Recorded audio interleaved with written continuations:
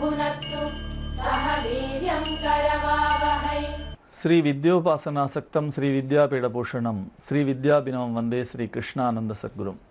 அனைவருக்கும் இனிய காலை வணக்கம். அபிராமி அந்தாதியினுடைய அருமையான பாடல்களை ஜீ தமிழ் தொலைக்காட்சியின் மூலமாக நம்முடைய இல்லத்திலே இருந்து நாம் கேட்டுக்கொண்டிருக்கிறோம். அபிராமி அந்தாதியினுடைய பாடல்கள் அனைத்தும் நம்முடைய வாழ்வினுடைய விதியை மாற்றி தரக்கூடிய அற்புதமான பொக்கிஷம் என்று சொன்னால் அதிலே மாற்றுக்கருத்தே கிடையாது. அப்படிப்பட்ட பாடல்களை நாம் ஒவ்வொரு விடியற்காலையிலும் கேட்டு அதன் மூலமாக நாம் பயன்பெற்று கொண்டிருக்கிறோம். தலைமையை இந்த உலகத்திலே நாம் பெறுவதற்காக, அதுவும் தலைமை என்று சொல்லுகிற பொழுது சரியான நேரத்திலே தான் நாம் இதனை கேட்டுக்கொண்டிருக்கிறோம். எல்லோரும் தலைவர்களாகவும் தலைமை பதவி பெறவும் தான் இன்றைக்கு முயற்சி செய்து கொண்டிருக்கிறார்கள். எதற்கு என்பது உங்களுக்கே தெரியும். அப்படி தலைமையை பெறுவதற்கு எதை செய்ய வேண்டும் என்று சொன்னால், முதலிலே இந்த பாடலை நாம் தினசரி இறைவியை நோக்கி பக்தியோடு உருக்கமாக சொல்லி பழக வேண்டும். வந்திப்பவர் உன்னை வானவர் தானவர் ஆனவர்கள், சிந்திப்பவர் நல் திசைமுகர் நாரணர், சிந்தையுள்ளே பந்திப்பவர் அழியா பரமானந்தர், பாரில் உன்னை சந்திப்பவர்க்கு எளிதாம் எம்பிராட்டினின் தன்னழியே. இந்த உலகத்தை எல்லாம் யார் ஆட்சி செய்து கொண்டிருக்கிறாள் என்று சொன்னால் அது ஆதிபராசக்தி அபிராமி. அவள்தான் இந்த உலகத்தை நிரந்தரமாக நித்தியமாக ஆட்சி செய்து கொண்டிருக்கிறாள். நமக்கு ஒரு கவுன்சிலரை தெரியும் என்று சொன்னால் அந்த வீதியிலே நம்முடைய வீட்டிலே நல்லபடியாக தண்ணீர் வரும், நம்ம வீட்டிலே எந்த சாக்கடையும் ஓடாமல் நிற்காது. நமக்கு தெரிந்தவர்களுக்கு அந்த ஏரியாவிலே கவுன்சிலர் மூலமாக நாம் பல விஷயங்களை சாதித்து கொடுக்கலாம். ஒரு நகர்மன்ற தலைவர் என்று சொன்னால், அவரை தெரிந்திருக்கிற என்று சொன்னால், அந்த நகராட்சிக்குள்ளாக அல்லது ஊராட்சிக்குள்ளாக அல்லது மாநகராட்சிக்குள்ளாக நமக்கு தெரிந்த பல வேலைகளை நம்முடைய நண்பர்களுக்கு நாம் எளிமையாக செய்து கொடுக்க முடியும். ஒரு எம்எல்ஏ தெரியும் என்று சொன்னால் அந்த தொகுதியிலே காரியங்களை ஆற்றி தர முடியும். ஒரு எம்பியை தெரியும் என்று சொன்னால் 6 எம்எல்ஏக்குரிய தொகுதிகளிலே நம்முடைய செல்வாக்கை நிலைநிறுத்த முடியும். ஒரு முதலமைச்சரை தெரியும் என்று சொன்னால் அந்த மாநிலம் முழுமையாக நமக்கு எத்தனை செயல்களை ஆற்றிக்கொள்ள முடியுமோ அதனையும் நாம் சிறப்பாக அவர்கள் மூலமாக செய்யலாம். ஒரு பாரத பிரதமரை தெரியும் என்று சொன்னால் நாம் நிச்சயமாக இந்த தேசம் முழுவதும் செல்வாக்கு பெற்றவராக இருக்க முடியும். ஆனால் நம்முடைய பராசக்தி யார் என்று சொன்னால், இவர்கள் போல ஒரு குறிப்பிட்ட ஆண்டுகளுக்குள்ளே தங்களுடைய செல்வாக்கை நிலைநிறுத்தக்கூடிய பதவியிலே உள்ளவர்கள் அல்ல. அவள் இந்த பிரபஞ்சம் தோன்றியது முதல் இந்த பிரபஞ்சத்தை நிறைவு செய்கிற வரைக்கும் இந்த பிரபஞ்சத்தை நித்தியமாக ஆட்சி செய்து கொண்டிருப்பவள். ஆகையினாலே தான் அவளுக்கு ராஜராஜேஸ்வரி என்று பெயர். அவளாலே தான் இந்த உலகம் முழுமையாக நடைபெற்று கொண்டிருக்கிறது. அவளாலே தான் சூரியன் ஒளிர்கிறான், சந்திரன் ஒளிர்கிறான், நெருப்பு ஒளிர்கிறது, பஞ்சபூதங்களும் அவளாலே தான் இயங்கிக் கொண்டிருக்கிறது. அப்படிப்பட்ட அந்த மிகப்பெரிய பராசக்தி தான் நமக்கு தலைவியாக இருக்கிறாள். அந்த பராசக்தியே எனக்கு தெரியும், அந்த பராசக்தியினுடைய மிகுந்த பக்தனாக நான் இருக்கிறேன் என்று சொல்லுகிற காரணத்தினாலே தான் அபிராமி பட்டராலே இந்த பிரபஞ்சத்திலே அமாவாசை அன்றைக்கு நிலவை வரவழைக்க முடிந்தது. அப்படி அமாவாசை அன்றைக்கு நிலவை வரவழைக்கக்கூடிய மிகப்பெரிய ஆற்றல் அவருக்கு இருக்கும் என்று சொன்னால் அது எதனாலே நிறைவு பெற்றது என்று சொன்னால் அவளுக்கு மிகுந்த வேண்டியவளாக அபிராமி இருந்தாள். முன்பே நாம் ஒரு பாடலிலே பார்த்தோம், கொன்றைவார் சடைமேல் பனிதரும் திங்களும் பாம்பும் பகீரதியும் படைத்த புனிதரும் நீயும் என் புந்தி என்னாலும் பொருந்துகவே என்று சொல்லுவார். நீயும் என்று சொல்லுகிற பொழுது என்ன, அம்பிகையும் அபிராமி பட்டரும் அத்தனைக்கத்தனை நெருக்கமாக இருக்கிறார்கள். இன்னொரு இடத்திலே சொல்லுவார், வருந்தா வகை என் மனத்தாமரையினுள் வந்து புகுந்து இருந்தாள் பழைய இருப்பிடமாக என்று சொல்லுவார். அம்பிகை வருவாளாம் அபிராமி பட்டருடைய இதயத்துக்குள்ளே. எப்படி என்று கேட்டால், நமக்கு தெரிந்த வீட்டுக்குள்ளே நாம் எப்படி சர்வ சாதாரணமாக நுழைவோமோ அப்படி தேவி நுழைவாளாம். அப்படி தேவி இருந்து அபிராமி பட்டருடைய இதயத்திலே இருந்ததனாலே தான் விதியை வெல்லக்கூடிய மிகப்பெரிய ஆற்றலை அவள் பெற்றார். அந்த வகையிலே தான் அபிராமியை யார் சிந்திக்கிறார்கள் என்று கேட்கிறார் அபிராமி பட்டர். வந்திப்பவர் உன்னை வானவர் தானவர் ஆனவர்கள். தேவர்கள் சிந்திக்கிறார்கள், அசுரர்கள் சிந்திக்கிறார்கள். அடுத்து யார் என்று சொன்னால், சிந்திப்பவர் நல் திசைமுகர் நாரணர். அது ஸ்ரீபுரம் என்று சொல்லக்கூடிய ஒரு மிகப்பெரிய அரண்மனை. அந்த அரண்மனைக்குள்ளே போவதற்கு பல்வேறு வாயில்களை நாம் கடந்து கொண்டே போக வேண்டும். மிகப்பெரிய அடியார் கூட்டம், மிகப்பெரிய பக்தர் கூட்டம் எல்லாம் அங்கே இருக்கிறது. அதை தாண்டி மேலே பார்த்தால் தேவர்கள் ஆயிரக்கணக்கான வகையிலே தவம் செய்து கொண்டிருக்கிறார்கள். தாங்கள் எல்லாவற்றையும் பெற வேண்டும், தேவியின் மூலமாக ஆற்றல் பெற வேண்டும். அதே போல அரக்கர்கள் நின்று தவம் செய்து கொண்டிருக்கிறார்கள். அதனை தாண்டி உள்ளே போய் பார்க்கிறோம், அங்கே எப்பொழுதும் அம்பிகையை சிந்தித்து கொண்டே தங்களுடைய வேலையை மிக சிறப்பாக செய்கிறார்கள் இருவர். அவர்கள் யார் என்று பார்த்தால், ஒருவர் பிரம்மதேவர், சிந்திப்பவர் நல் திசைமுகர். அவர் விதியை நிர்ணயம் பண்ணுவதனாலே அருணகிரிநாதர் ஒரு இடத்திலே சொல்லுவார், விதி மால் அறியா விமலன் புதல்வா என்று சொல்லுவார். விதி என்றே அவருக்கு பெயர் இருக்கிறது. அப்படி பிரம்மதேவர் எப்பொழுதும் பராசக்தியை சிந்தித்து கொண்டே இந்த படைப்பு தொழிலை மிக நேர்த்தியாக செய்து வருகிறார். பூத்தவளே என்ற பாடலை பார்த்தோமே, இந்த உலகத்தை அவள் பூக்கிறாள். யார் மூலமாக பூக்க செய்கிறாள் என்று சொன்னால் பிரம்மதேவன் மூலமாக பூக்க செய்கிறாள். அருமையான மலர் போல இந்த உலகத்தை ஆக்கி தந்திருக்கிறாள். அத்தனை இயற்கைகள், அத்தனை அதிசயங்கள், அத்தனை அழகுகள். ஒரு மனிதன் ஒரு பொருளை படைத்தான் என்று சொன்னால் அந்த பொருளை நீங்கள் பார்க்கலாம். எந்த பொருளை நாம் ஒரு தொழிற்சாலையில் உற்பத்தி செய்கிறோமோ அந்த பொருள் ஒரே மாதிரியாகத்தான் இருக்கும். ஒரு நட்டு தயார் செய்கிறார் என்று சொன்னால் அந்த அளவுள்ள நட்டைத்தான் அந்த இயந்திரம் மிக சிறப்பாக அதே மாதிரி தயார் செய்து கொடுக்கும்.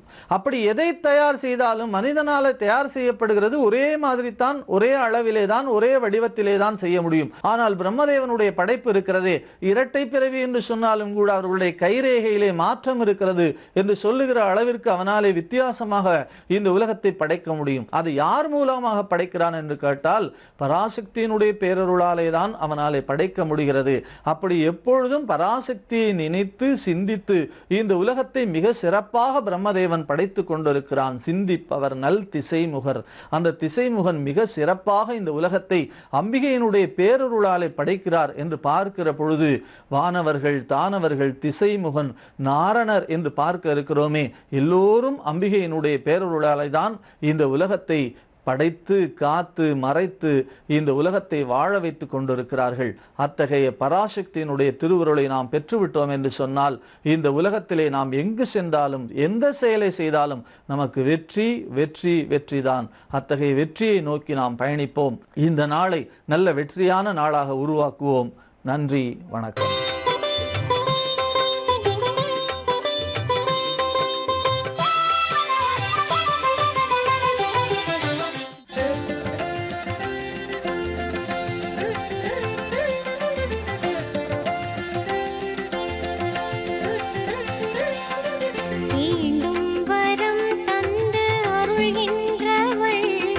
வேடந்தாங்கள் அமர்ந்து நம்மை ஆள்கின்றவள், வேண்டும்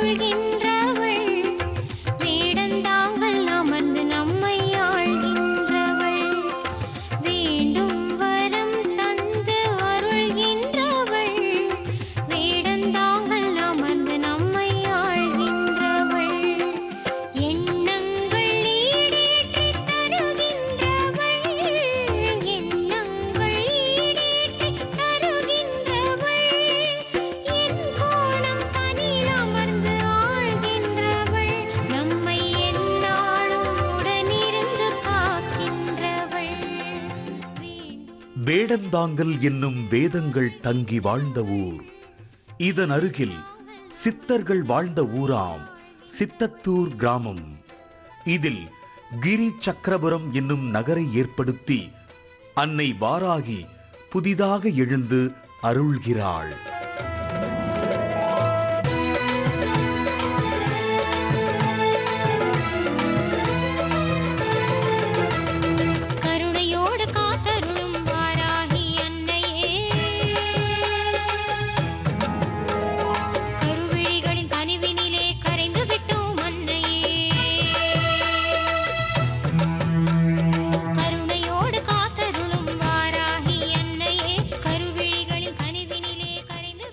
விநாயக வருடம் தை மாதம் 27ஆம் தேதியன்று குடமுழுக்கு விழா நடைபெற்றது. இந்த திருக்கோவில் எண்கோண வடிவம் கொண்டது. 8 நிலை கோபுரமும் எண்கோண வடிவுடன் அமைந்துள்ளது.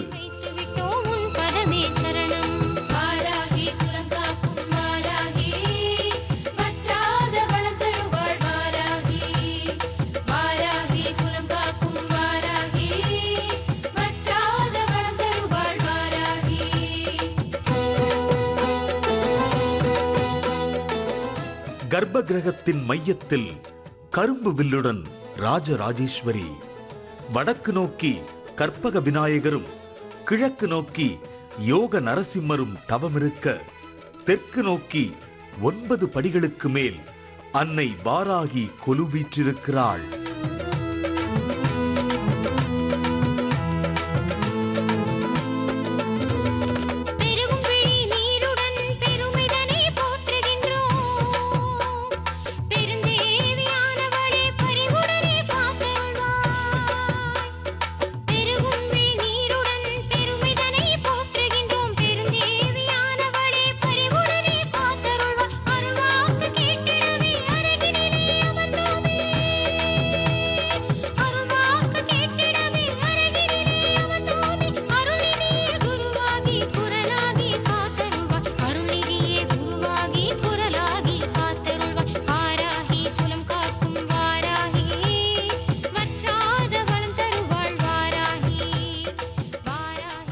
மேற்கு நோக்கி யோக ஆஞ்சநேயர் வீற்று தியானத்தில் அமர்ந்து வருவோருக்கு அருள் பாலிக்கிறார். கோஷ்டத்தில் தென்மேற்கில் தண்டபாணியும், வடமேற்கில் சீரடி சாய்பாபாவும், தென்கிழக்கில் சாஸ்தாவும், வடகிழக்கு ரிஷப வாகனத்தில் உமா மகேஸ்வரரும் வீற்று அலங்கரிக்கிறார்கள்.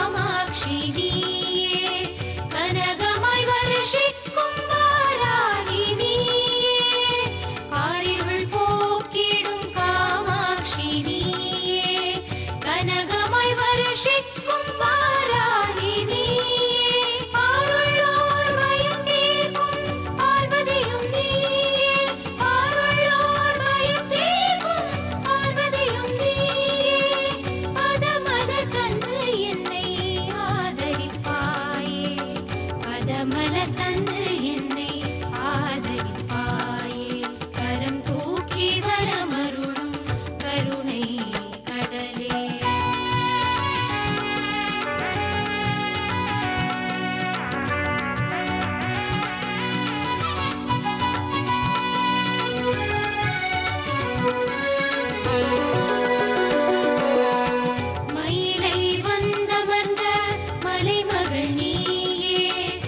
மலையென வரும் துயர் அகற்றிடுவாயே.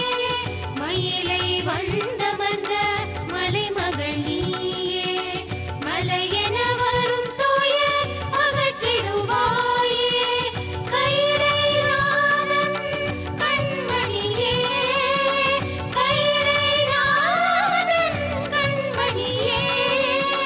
கலைகளை அழித்திடும் கலைமகள் நீயே. கலைகளை அழித்திடும் கலைமகள் நீயே. கரம் தூக்கி வரமருளும் கருணை கடலே.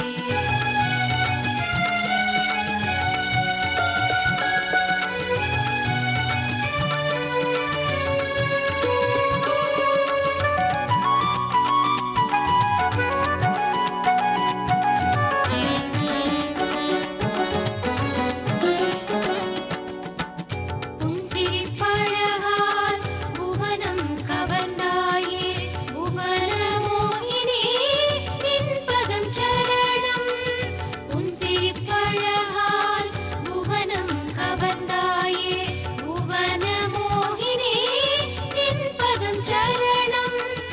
அன்பினால் உலகாளும் அகிலாண்டேஸ்வரி. அன்பினால் உலகாளும் அகிலாண்டேஸ்வரி. அன்னையே வாராகி அருள்வாயே. அன்னையே வாராகி அருள்வாயே. கரம் தூக்கி வர இத்திருக்கோவிலில் 27 நட்சத்திரங்களுக்கும் லிங்க வடிவில் நட்சத்திர வாராகி புடைசூழ ஆதிவாராகி அருள்கிறாள். இவளுக்கு துணையாக வெங்கடேச பெருமாள் கிழக்கு நோக்கி அருள் பாலிக்கிறார்.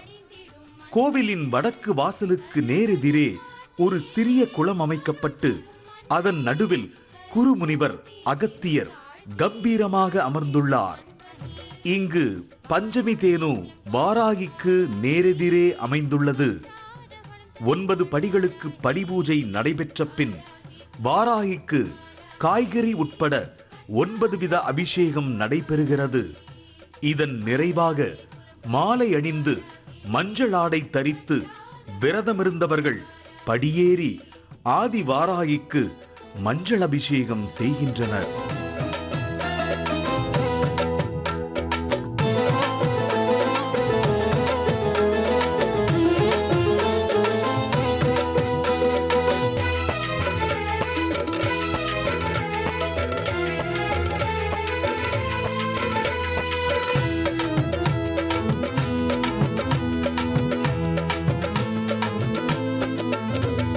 தருவெனவே தரணிதனில் தாங்கி நிற்கும் என் தாயே. தருவாய் வரமெல்லாம் உனதடியார் மனம் மகிழ. தருவெனவே தரணிதனில் தாங்கி நிற்கும் என் தாயே. தருவாய் வரமெல்லாம் உனதடியார் மனம் மகிழ. கருவாகி உருவாகி காற்றாகி கனலாகி. கருவாகி உருவாகி காற்றாகி கனலாகி. கருவோடு உயிர் காக்கும் கருணை நிதி நீ அம்மா. கருவோடு உயிர் காக்கும் கருணை நிதி நீ அம்மா. வாராகி குலம் காக்கும் வாராகி. வற்றாத வளம் தருவாள் வாராகி. வாராகி குலம் காக்கும் வாராகி. வற்றாத வளம் தருவாள் வாராகி. கருணையோடு காத்தருளும் வாராகி அன்னையே.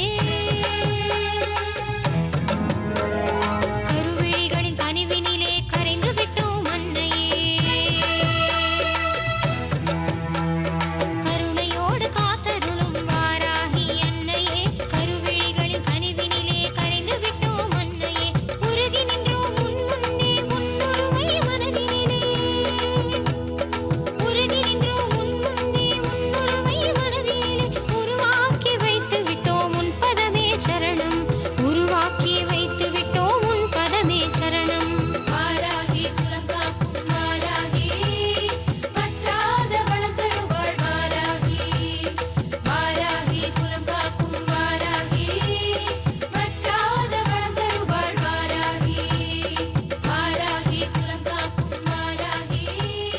வற்றாத வளம் தருவாள் வாராகி. இந்த 9 படிகளையும் ஏறுகின்றவர்கள் தன்னுடைய வாழ்க்கையிலே அவர்கள் இருக்கின்ற கஷ்டங்களை தீர்ப்பதற்காகவும் நம்முடைய 9 விதமான கஷ்டங்கள் நமக்கு வரும். அந்த 9 விதமான கடினமான பிரச்சனைகள் எல்லாம் தீர்வதற்காக இந்த படியை ஏறி அன்னை வாராகியை தரிசித்து ஆதி வாராகிக்கு மஞ்சள் அபிஷேகம் செய்தால் நம்முடைய ஜீவன் முக்தி பெறும் என்று அன்னையுடைய அருள்வாக்குப்படி இந்த படிகள் அமைக்கப்பட்டுள்ளது.